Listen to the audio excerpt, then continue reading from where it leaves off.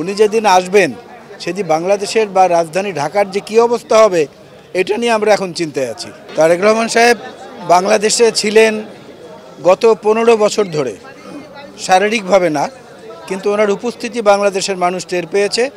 জাতীয়তাবাদী দল এবং এই আদর্শে বিশ্বাসী কোটি মানুষ প্রতিদিন ওনাকে দেখেছে, কয়েক ঘন্টাব্যাপী দেখেছে।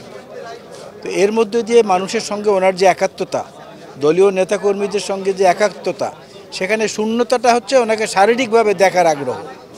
এই শারীরিকভাবে দেখার আগ্রহটা এখন এত প্রবল, উনি যেদিন আসবেন সেদিন বাংলাদেশের বা রাজধানী ঢাকার যে কী অবস্থা হবে এটা নিয়ে আমরা এখন চিন্তায় আছি।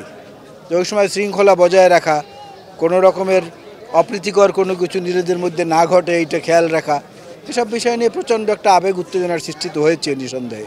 উনি আসার পরে এটা আরও অনেক বেশি গতি পাবে নিঃসন্দেহে। দেশনেত্রী বেগম খালেদা জিয়া যদি শারীরিকভাবে চলাচল করতে পারেন বা প্রচারে নামতে পারেন তাহলে সেটা আরেকটা মাত্রা হবে, এবং তারেক রহমান সাহেব নামতে পারলে সেটা আরও দ্বিগুণ মাত্রা যুক্ত হবে, এবং এটা আগামী নির্বাচনে বিএনপির পক্ষে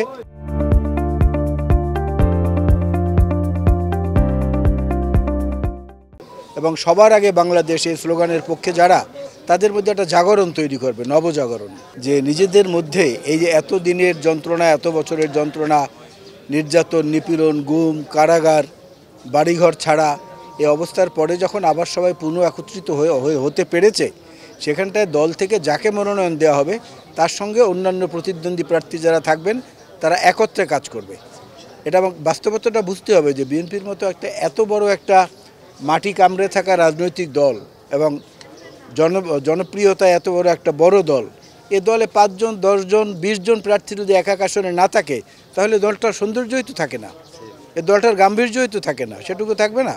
তার অর্থ এই না যে কেউ কারো ক্ষতি করবে, বরং একত্রেই কাজ করবে সিদ্ধান্ত অনুযায়ী।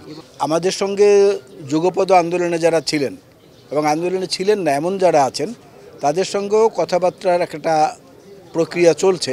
এর উপরে নির্ভর করে যে কত আসন ঘোষণা করা হবে এবং কত আসন তাদের সঙ্গে আলাপ আলোচনার পরে ঘোষিত হবে।